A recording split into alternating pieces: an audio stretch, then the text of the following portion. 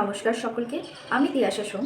কিছুদিন আগে অর্থাৎ 15ই জানুয়ারি রোমানিয়ান এক বিশেষ কবি মিহাই এমিনেস্কুর 175তম জন্মবার্ষিকী গেছে এবং সেই উপলক্ষে আমি আজ আপনাদের রোমানিয়ান ভাষাতে তার একটি বিশেষ শোনাতে চলেছি।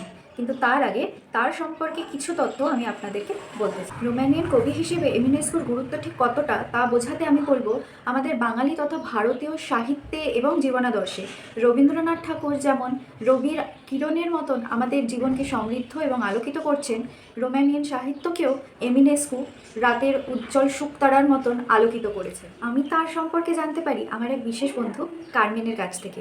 আমি এবং আমার মতনই অন্যান্যদেরকে একসঙ্গে নিয়ে কার্মেন দেখেছিল স্বপ্ন, রোমানিয়ান স্বপ্ন। তাকে এই স্বপ্ন দেখাতে উদ্বুদ্ধ করেছেন আমাদের বাংলা তথা ভারতের গর্ব Amita Basu.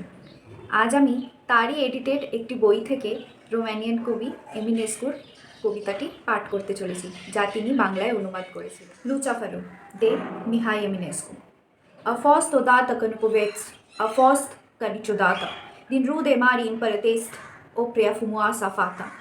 Și era una la păriniți, simândara nu toate cele, cum e fecioare untere se finiți, si luna untere stele. Din umbra falnicelor bolți, e pasul si la îndreaptă, langa fereastră, und năcold, Luceafărul așteaptă.